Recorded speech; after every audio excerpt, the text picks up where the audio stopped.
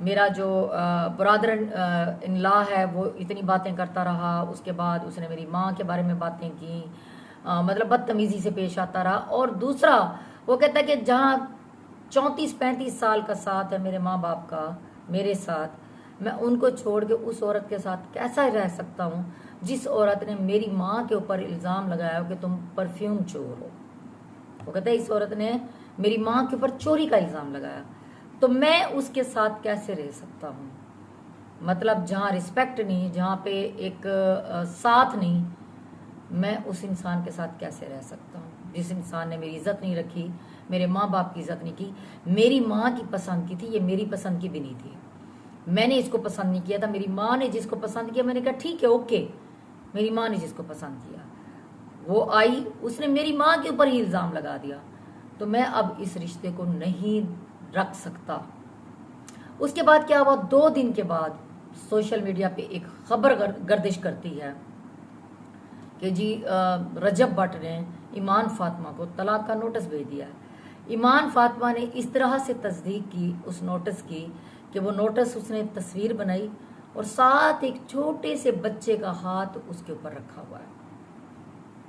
تو دنیا نے جب دیکھا تو لوگوں نے اب اتنا ایک طوفان اٹھا ہوا ہے, لوگوں نے اسی نوٹس کو اٹھا کے, یہ میں آپ کو دکھا رہی ہوں, ایک مطلب ہر بندے نے اپنی رائے کی, ہر بندے نے اپنی رائے کا اظہار کیا, ہر بندے نے اپنی رائے کا اظہار کیا کہ رجب بٹ کو اس طرح نہیں کرنا چاہیے تھا, رجب بٹ کو اس طرح نہیں یہ کرنا چاہیے تھا. اس عورت کو کتنی تکلیف ہوئی ہوگی ایمان فاطمہ کو جب اس کو طلاق کا نوٹس دیا گیا ہوگا, اس کے ساتھ کیا بیتی ہوگی. اب اگر وہ اپنا یوٹیوب چینل چلاتی ہے, مطلب کچھ ایڈز وغیرہ پروموشن ویڈیوز بھی بنا رہی ہیں, تو وہ کچھ کر رہی ہیں اپنے بچے کے لیے. ساتھ کہتے ہیں کہ اس کا ماموں جو ہے ایمان کا بھائی جو اون ہے وہ بھی لائیو بھی آتا ہے ٹک ٹاک پہ, اور ساتھ ساتھ وہ اس پہ یوٹیوب پہ بھی آ رہا ہے. وہ کہتا ہے کہ آپ لوگوں نے سپورٹ کرنی ہے, ہمارے چینل کو سبسکرائب کرنا ہے, لائک کرنا ہے, کیونکہ ہم نے اپنے بچے کی جو ہے نا کیئر کرنی ہے. اب اس کا باپ تو پرواہ نہیں کرتا. وہ کہتا ہے, رجب بٹ کہتا ہے کہ میں نے اب تک اپنے بچے کا خرچہ بھیجا, لیکن جب بچہ پیدا ہوا اس کی منہ دکھائیوں پہ میرے گھر والوں نے, میرے دوستوں نے کم از کم 25 لاکھ سے اوپر کے پیسے دیے. اگر میرے بچے کے لیے, وہ ایک چھوٹا سا بچہ ہے, اس کے لیے رکھے جاتے تو اس کی 1 سال کی فیڈ کافی تھی, لیکن میں ہر ماہ اپنے بچے کا خرچہ بھیجتا رہا.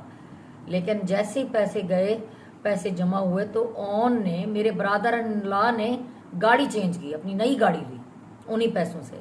اب میرے پیسے سے میں اپنے بچے کا خرچہ کر سکتا ہوں, میں ان کے پورے گھر کو تو نہیں پال سکتا.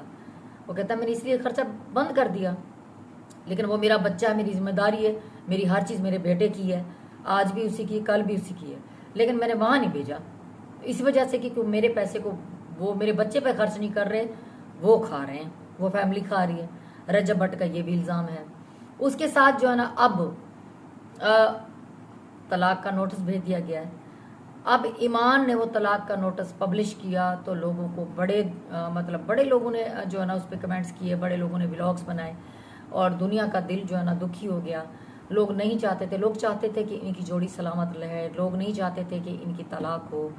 مطلب میں نے بھی جب وہ نوٹس دیکھا تو مجھے بڑا دلی دکھ ہوا کہ جو جوڑا کل تک یہ کہتا تھا کہ ہم دونوں لکی ہیں ایک دوسرے کے لیے, اور آج ان کے درمیان علیحدگی ہوگی, ان کے درمیان طلاق ہو گئی ہے. تو آج دیکھیں کہ کیسے مطلب اس بارے میں ایک معاملہ ہوا اور طلاق ہو گئی. مجھے آج ایک بات یاد آ رہی ہے, مجھے یاد آ رہا ہے کہ ایک خاتون پامسٹ تھیں, پامسٹ لالا رخ بیگ جو ہے, وہ بڑی تنقید کا ان کو سامنا کرنا پڑا, بڑی تنقید کی زد میں رہیں. انہوں نے کہا تھا کہ یہ جو رجب بٹ کی شادی ہے اس کے لیے بڑے مسائل کرے گی. رجب بٹ کے بارے میں اس نے بڑی باتیں کی تھی, لیکن آج انہوں نے یہ بھی کہا تھا کہ یہ شادی رجب بٹ کو راس نہیں آئے گی. انہوں نے کافی باتیں کی تھی, اختلافات کی باتیں کی تھی, لڑائیوں جھگڑوں کی باتیں کی تھی, اور علیحدگی کی بات بھی کی تھی. تو آج مجھے لالا رخ کی باتیں سچ ہوتی بھی نظر آ رہی ہیں. تو ناظرین آپ اس بارے میں کیا کہتے ہیں, کیا واقعی اس پامسٹ کی باتیں سچ تھیں, یا کچھ ذرائع یہ بھی کہہ رہے ہیں کہ آج کل جتنے بھی پوڈ کاسٹ ہو رہے ہیں تو یہ گھر تروانے کی جو ہے نا باعث بن رہے ہیں.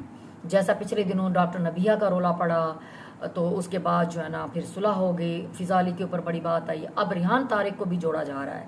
تو ناظرین آپ کیا کہتے ہیں, کیا پامسٹ کی بات سچ تھی, یا پوڈ کاسٹ کا اس میں کوئی براہ راست تعلق ہے یا وجہ کچھ اور ہو سکتی ہے.